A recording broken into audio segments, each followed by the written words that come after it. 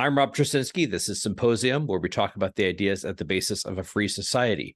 My guest today is Addison Del Mastro, who writes a Substack newsletter called The Deleted Scenes. Thanks for coming on. Thank you for having me.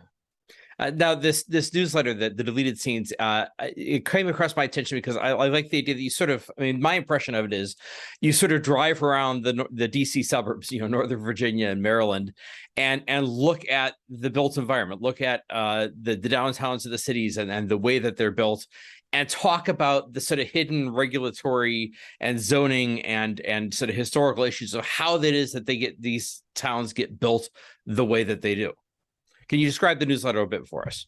Yeah, well, that's one of the things I do. That's sort of the core of it. I also write about retail history and cultural history and other things that sort of tie in. For example, here's a fast food building and it was built by somebody else and it was built in this year and in that year we thought about the suburbs a little bit differently than we do now, and Right. that's So why like, it's yeah, I remember one of the newsletters you had where it's like this little retail establishment, and you find the old photos of, oh well, this is how a particular gas station chain built all of their stores, all of their outlets, in 1960, and you can see that they've renovated over the years and turned it into different things, but that's where it came from.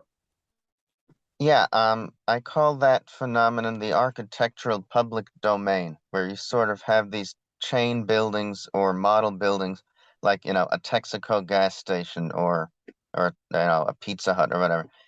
And the chain abandons that model building, and it ends up being preserved by all these different independent businesses sort of doing their own thing with it, and it becomes this raw material of our built environment. And I just find it fascinating to sort of take these everyday bits of, to a lot of people, just commercial junk, and telling a story about them that ties into how we build our country, and that leads into sort of, the built environment is the context of everything. It's not like it's far from the only issue, but everything takes place in the world, and I try to look more closely at it. And one of the continuing themes about that in the newsletter that I find interesting. Well, first of all, the newsletter is called The Deleted Scenes, and I guess it's the deleted scenes at substack.com, right? Yeah. Yeah. It's called The Deleted Scenes.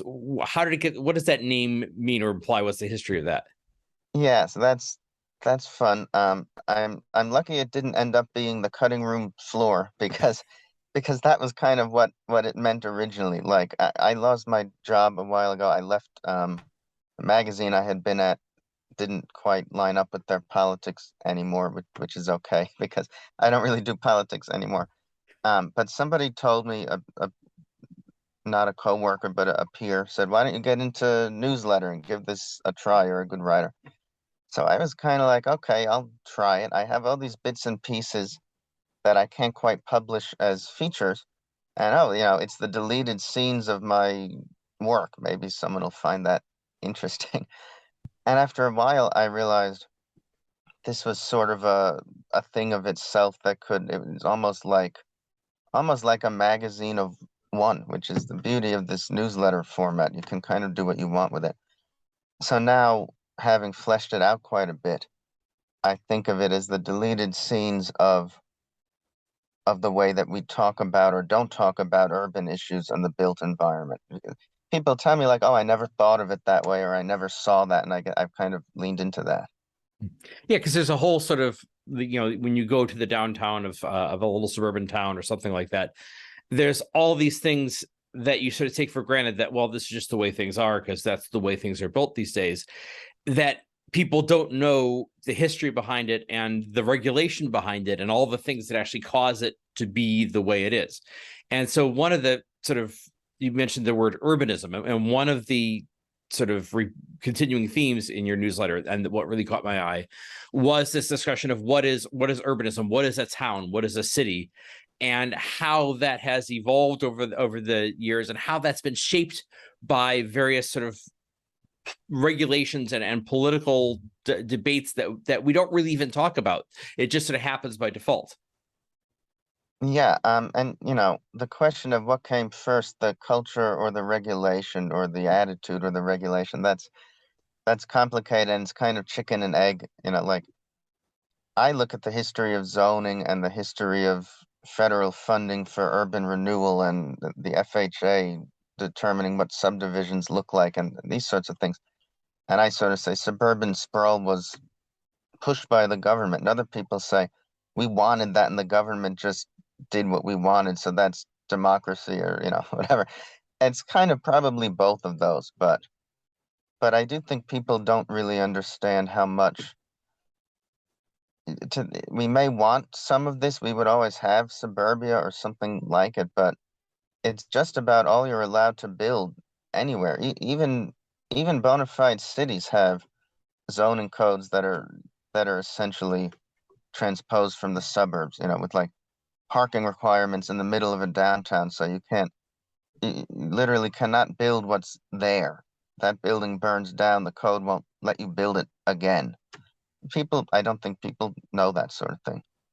Yeah, now let's talk about some of those things that again are part of this sort of regulatory framework that people don't necessarily think about. And one of the more fascinating issues that I see is this idea of mixed use versus single use development. That the natural development of a city, without regulation, is that you get mixed use. You get residential next to offices, next to stores, next to restaurants. And that's what a lot is very appealing to a lot of people about living in the old downtown of a city, is that you live in an apartment building, you walk out and there's stores and there's restaurants and there's things, all these different things to do. And then what we did when people started building the suburbs is that the city planners basically said, no, that's terrible. We should separate everything out. All the residential should be over here. All the retail should be over here. So, for example, in Charlottesville, or I'm near Charlottesville. I'm not really in a town, but near Charlottesville. And one of the things you see is that there's this one, and this is typical of every non-big city, is that there's this one road going north of town that's lined with all the big box store and all the retail stuff and all the chain restaurants, and they're all lining up along that, and it's all there, and it's just one solid mass of that for about 3 miles, and all the residential is then off somewhere else. And it's very much that sort of car culture you get when you have that, because if you're in a residential neighborhood, you have to drive at least a mile, to get to all the shops and all the restaurants and everything else. So, let's talk about that, that issue of mixed use versus single use. Yeah, well, would that be Route 29? I think it is Yes, Seminole Trail that you're Seminole talking about. Trail, exactly. I know that well. We road tripped down there when I was a kid in the early 2000s, and we went there again recently. And man, even just in that 15 years or so, it's gotten so built up. But like you said, just all this massive big box stuff way off from the road. Like I think you might be able to walk along a road like that, but it feels like half a mile from the road to the entrance of any of the stores. Like Yeah, because you've got a couple hundred yards of parking lot before you get there. Yeah. right. There's a lot I could say about this sort of thing. I mean, one thing that pushes out mixed use, I think, is just the scale of car-oriented development. Really, you can almost isolate that just to parking. Like in my little hometown where I grew up, we have a main street and you have some parking spots along the street, and that's about it. A couple of parking lots behind the building. And I knew the former mayor a bit, and I was talking about some of this stuff with her about parking. She was quite a lefty, and she got rid of the parking requirement for these downtown businesses. There had been an off-street parking requirement. Almost every city has this. And, some people are like, "Oh, you're getting rid of the parking, you're making it harder for motorists." That's what liberals do, isn't it? But she said, "No, this is good for business because a small business person on Main Street can't afford the off-street parking. And so that means it doesn't mean that motorists get to park easily. It means we have empty storefronts on Main Street. And so we have the architecture of mixed use here, but we've imposed this code on it that makes it unworkable. And of course, we're not even building that anymore, except in these things called town centers, which sort of are these big private developments that try to reverse engineer what a city looks like. But that just sort of raises the question of, well, why don't we build the real thing? Or why don't we devolve the power and let people build the real thing instead of taking a big developer and saying, okay, here's a 5-phase, 15-year project, and you can, at the end of that, we'll have something that sort of resembles the kind of place we just used to let everybody build everywhere. Yeah, I've noticed that too, that you have these sort of like ways to try to recreate that sense of mixed use. And I've noticed a trend in the last 15, 20 years of building blocks of apartment buildings near a mall. So that the idea that, okay, well, you have a mall, you have your old mall that you had to drive and park in. And now, well, we're going to build a set of apartment blocks sort of around it, and then people can walk, but they're walking across a giant parking lot. So and it's these very artificial attempts to recreate something that was made literally illegal to do, and is still illegal to do unless it's a very large scale development. There's a lot of that here in Northern Virginia. I'm in Fairfax County, all over. I mean, in Maryland too. I like to call that, unwalkable mixed use or density without urbanism. I mean, it's probably better than nothing. I think almost anything is better than totally car-oriented big box suburban sprawl. But it is a shame to see all of the effort that goes into just trying to reverse engineer the real city. Yeah. And that's one of the stories I tell, and I'm sort of recently thinking about a lot. I think of it almost like a revolution, that sometime in the 20th century we just almost totally forgot what a city is and how to build them and why they exist in the first place.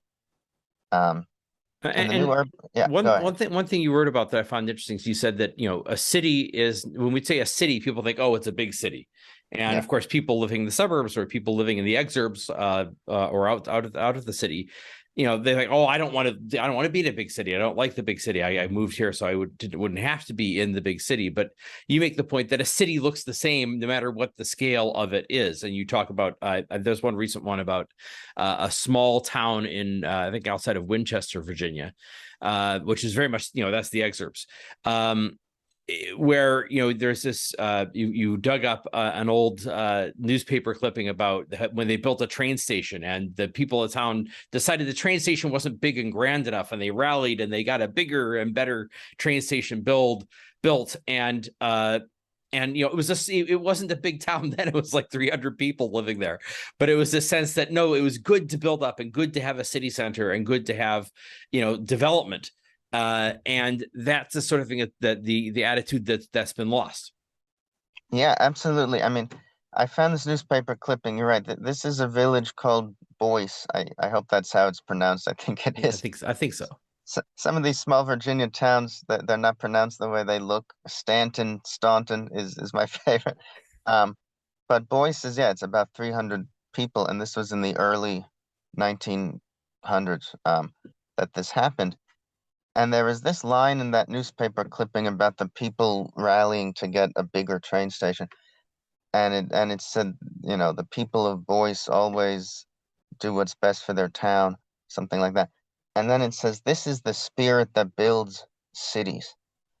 And just the fact that anybody could talk about building cities out there at that time in a town of that population, I think that tells you there was a whole worldview that we lost about the nature of growth and development. And I shared this on Twitter, and someone dug up a whole bunch of other newspaper clippings from the late 1800s, early 1900s, where people said this sort of thing. One of them was these two towns somewhere, I believe out in the Mountain West, basically saying, hey, the other town grew faster this year. We need more people.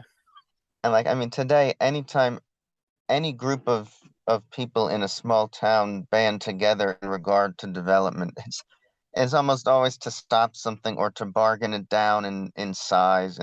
It doesn't fit the character of our neighborhood or whatever. And they were like, we're trying to build a neighborhood. We're trying to build something here. Um, And we want it bigger and better and grander. You yeah, talk about a revolution happening about 100 years ago, and I think it has to do partly with the progressive movement, which was very much about the idea of, it was the idea would you do it democratically. You'd have,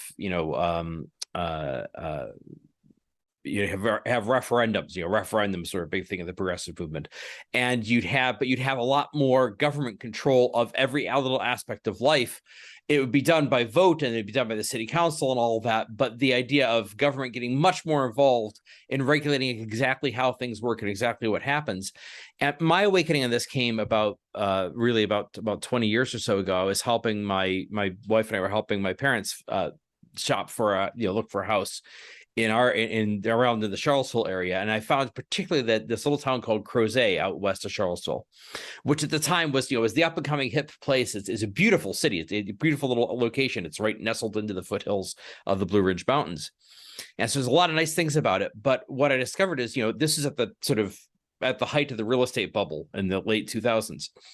And everything was expensive. Houses were expensive everywhere, but they were absolutely astronomical in Crozet. And when looking at it, I found out they have a literal 5-year plan where they have, the city says, well, look, we're going to have, and no irony there, that the idea of literally calling it a 5-year plan, but that everything's centrally planned, and they've got a plan for, well, we're going to allow this kind of development in this particular little area. And that's why the prices, until the crash came, that's why the prices were so astronomical, is because you had a little town that was very much in high demand. A lot of people wanted to move there, but the supply was very, very restricted. And it tended to be restricted to a particular kind of development. And there were often these sort of, rows of identical little houses all built by one builder. And the whole character of the town was being determined by a literal central plan. So it was like central planning on the local level. Yeah, well, there's another one. I always thought it was Crozet, but it's Crozet. Crozet. Claudius Crozet. He was he was an officer in Napoleon. My son did some research on this. He was an officer in Napoleon's army who came to America after the Napoleonic Wars, and he was an engineer and built some tunnel or something like that, a tunnel through the mountains, and then founded this little town. Huh. Neat. Well, yeah, I do. I think about small towns a lot. I grew up in a small town, or just outside of one in the township. And I'm sort of sympathetic to people who say we don't want our little town to be overdeveloped and all of that. But the irony is that when you have this kind of top-down planning, you're basically privileging the big developers. You're getting what they want much of the time. I think people think that by restricting development, we're just keeping it the way it is. But, the big guys get what they want. They're the ones with the lawyers. They're the one with the money and the time. It's like the guy who wants to restore a building on Main Street or build an accessory unit or whatever, start a business, do something small scale and that almost won't change anything, and even a lot of it won't change anything, but that kind of incremental, small scale, participatory kind of development where we're building our place. We don't allow that.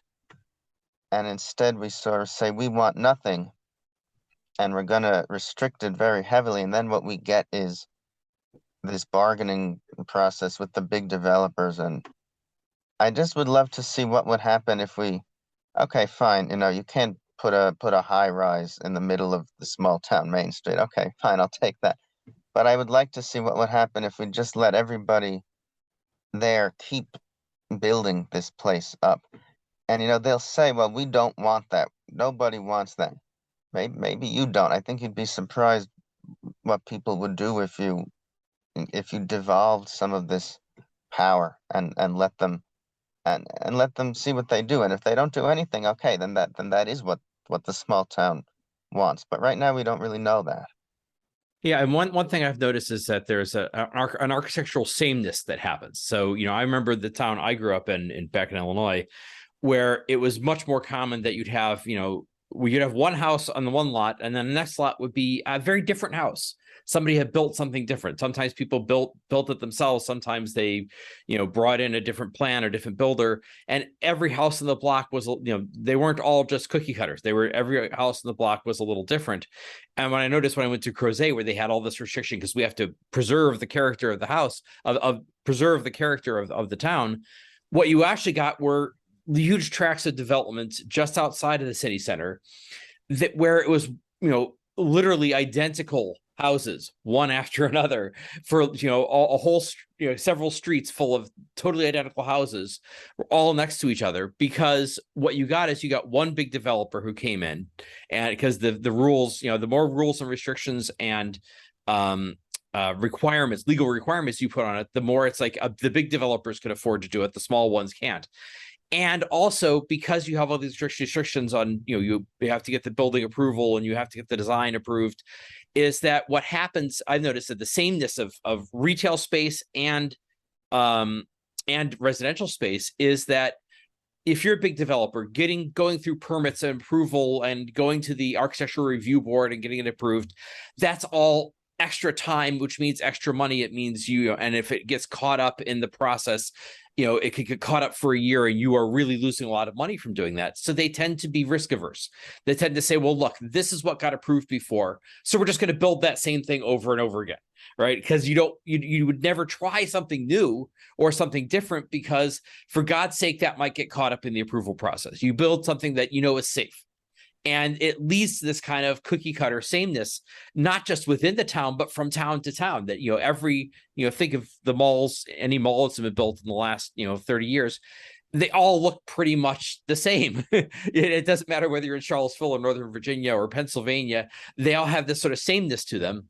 And the same with a lot of residential, that I think that you have this thing where by putting regulations that are meant to prevent something ugly from being built, what you end up is getting this sort of bland, uniform mediocrity everywhere. Yeah, definitely. Well, there's two things I could say about that. One is that it's absolutely true. And it does have to do with the scale at which we allow this stuff, because two people aren't gonna, by happenstance, build exactly the same thing. There's just a certain variety and texture to development when you let it arise from a lot of actors, from a lot of small developers, which is simply just how most places were built. And there's no faking that. They try to fake it with this complicated facade look on the matchstick apartment buildings with like the pastel colors and the bricks jutting out here and there. And literally the code asks you to do that to break up the facade, to make it look like it's multiple buildings or whatever. But almost everyone thinks it's ugly, and it's like you told a robot to try and reverse engineer a city, and it's not a very powerful robot. It's like trying to draw a photorealistic picture with like a Nintendo game or something. It's just weird, and the weirdness that people perceive is that we're faking something. We're trying to top down something that's not top down. But the other thing I would say to the It's like sameness, telling somebody act spontaneously. right? Exactly. Our legacy cities are a product of a process that no longer exists, basically. Um, they're almost they're almost artifacts of a previous time that we come across, and we sort of look at them and we say, how did they build this? What exactly was this for? I mean, that's almost how I see it. But as to the sameness, the other thing I would say is a lot of small towns and a lot of classic, you know, classical cities, they kind of look the same too, in a broad sense. I mean, you might not know what state you're in if I show you a main street in a 5,000 person small town, all the way up to a few 100,000. A block of that, there's going to be more of it, but it kind of looks the same. But it's a sameness that people like, and it's a sameness that arises sort of spontaneously out of letting people do stuff. So the sameness that we build today is bad, but I don't necessarily think the answer is, oh, we have to make it different, because there are samenesses that reflect preferences that are nice samenesses. I like the fact that small towns look the same everywhere because I like the way that it looks. Yeah, well, and I think also, small towns kind of tend to have a certain similarities because they were built often because they were built in the same, more or less the same era. Yeah. I'm from the Midwest, where a lot of the towns look very similar to each other because the little Main Street downtown was mostly built between like 1890 and 1920 or 1930. And so the buildings have the style of, that, because that's when the farmers had settled the land, and when you had enough population to support a little towns all dotted across the prairie. And so that's when they all got built, and they kind of look similar because they were all built at the same time when certain architectural ideas were in fashion, when certain construction techniques were common and shared. But within the city, there is that, that organic variety between one building and the next that you really don't get, that, like you said, that we're trying to fake today, because we look back and say, oh, well, people like that, so let's try to create something that's very self-consciously looks as if it's broken up into separate buildings, but is really just kind of a fake, a often ham-handed and amateurish attempt at it. And again, I think part of it is because you have a builder whose only incentive is let's do the minimum to meet the requirements, so I don't get caught up in regulation. But you're not organically having people building things that actually have different ideas behind them. And by the way, my wife's surprised. I'm going to have to apologize to my wife after this, because I talked about buildings without her. She's an architect, and she does custom residential houses. And the thing is that custom houses, building a house that looks different, that looks has a uniqueness to it, and is customized to you, has really become the province of somebody building outside of the main residential centers, out in for the most part, out where you have 2 or 3 acre lots or 10-acre lots, and it has sort of been pushed to the high end of the market for somebody who lives outside of the city, who is able to afford more land, who's able to afford, have something custom built. And that individuality in a house that used to be fairly normal has now been sort of pushed out for the low and middle end of the market. No, yeah, go ahead. No, I'm just thinking when you're saying that. Certainly, I see that here. Even on the quarter-acre lots, you see these fancy custom houses out here because our land prices are nuts. But I'm thinking of the Sears houses and how they were sort of standard, and yet they were elegant, and there were a lot of them, and they were built well enough that you could adapt them over the years. And like you look at Levittown, where all the houses were the same, and now none of them are the same because people just take them and do their own thing with them. And I actually looked at some my impression from looking at some of the Levittown history is that was very deliberate. That these were like 800 square foot houses, but there was always this. They were designed from beginning with the idea that, well, these are starter houses. People will move into this, and then they'll add on. Yeah, I wrote about this. I think it was last year, and I had this little bit about Levittown and just exactly that point. And I sort of said, look, from the very beginning, this idea was built into this early suburbia, that this is a first. I called it a first draft. Nobody at the time, I don't think, the planning may have tilted in that direction already, but no one really thought this is the last thing that will ever be built here. There was just this understanding that, of course, people will take it and run with it over the decades. And then the planning just stepped in and said, no, you can't do that.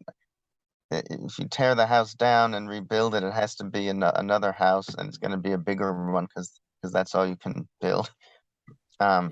Jason Crawford over at Roots of Progress recently posted something about there's a famous British engineer named Brunel who was asked to comment on, there was a bridge that, this is like 1840 or something like that. There's a bridge that collapsed, an iron bridge that collapsed. And the government came in and had a commission, and they were going to say, well, we're going to come up with standardized ways to build these bridges so they won't collapse. And he called it the Committee for Stopping Further Improvements, because he says, what's going to happen is you're going to come in and you're going to declare, well, this is how all bridges have to be built, and you come up with a standard way of doing it, and then everybody's going to imitate that. And instead of, and this is 1840, when this was all very, very new, and they were innovating, and it was the very first stage, and they would come up with much better ideas later on how to build these things. And he said, we're still, if you come in and come up with the standardized ways of doing things imposed from the top down, what you're doing is you're stopping further improvements. You're stopping further innovation and further development that will produce something better than what we have.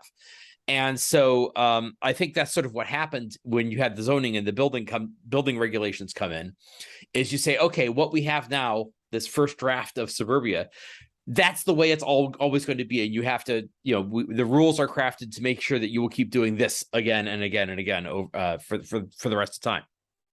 Yeah, basically. And I mean, yeah, just to this day, you have this phenomenon where you can't build up in the cities. Even the cities have NIMBYs. Even Manhattan has NIMBYs who throw out these anti-development talking points. And meanwhile, it's a global city of 8 million people.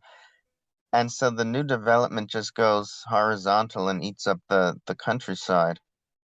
And then around here and in New Jersey, where I grew up, you get people who see this development encroaching further and further. And the natural attitude is just stop the development. We don't want it. I think as I've thought more and more about this, you know, fine, stop the development here, but it has to go somewhere. So people in the small towns an hour from the urban core should be going to the inner suburbs and the cities to those zoning meetings and saying, build housing here so that the city can be the city and the country can be the country, instead of having these sort of fossilized cities and then having this long ring of suburban sprawl until you finally get back into the countryside again. And like nobody wants that, but you have to think about it regionally, and you have to not do what some people do and treat all development as a bad thing, because there's an appropriate place for it and there's a less appropriate place for it. Yeah, I think there's a sort of vicious cycle that happens though, which is you get urban sprawl that people don't like that comes from the regulations. And because they don't like that, they say, well, therefore we have to have more regulations, which basically produces more of the same thing that they were complaining about. Whereas if you allowed urbanism and more density and basically city living, vertical city living in the suburbs, in the city centers of the suburbs, and had greater density and more of a classic urbanist city environment, people would perhaps find it less a less of a problem. And but again, it's the idea that we don't like what exists, so we're going to promulgate more regulations like the ones we already have. And it's this, you double down on what's already causing this to happen. And I think it's because, as you put, as you're exposing in, or the theme I get out of your newsletter is, people don't know that this is happening, right? People don't know that this is how the environment that they live in came to look the way it does. Yeah, absolutely. And I growing up in this small town, you would hear just sort of, you know, I I don't like to say, but somewhat conspiratorial thinking, like, see, they're trying to turn us into the city. See, first they build these apartments and then they're gonna build a bus, and before you know it, it's not gonna be our little small town anymore. And like they think that somebody is plotting that, and they don't have the perception that this is arriving here because it isn't going somewhere else where it makes more sense for it to go. People don't want to live on a highway in a matchstick apartment building out in the middle of nowhere. But if that's the piece of land that somebody can build on, they're going to build on it. And if that's the rent or the price that someone can afford, they're going to move in. But it's not the effect of some attempt to ruin our small towns or whatever, which some people have that suspicion about it. It's just because the planning is awful, and maybe there's some corruption in there. But zoning is its own form of corruption, because it so greatly narrows what you're allowed to do that it creates this bargaining power where every development project is like, well, we'll let you do this if you do that. And if you actually just got rid of all the regulation, you would have a pure market where stuff might go where it would make sense for it to go. And there wouldn't be that opportunity to leverage and bargain. And, like you just said, the regulation is causing what it's supposed to stop. And because it doesn't stop it, we think we want more. So one of the things I want to end on, though, is in terms of why this matters is, there's somebody came up with recently something they called it the housing theory of everything. about how the inability, the restricted supply of housing from a lot of these regulations, and the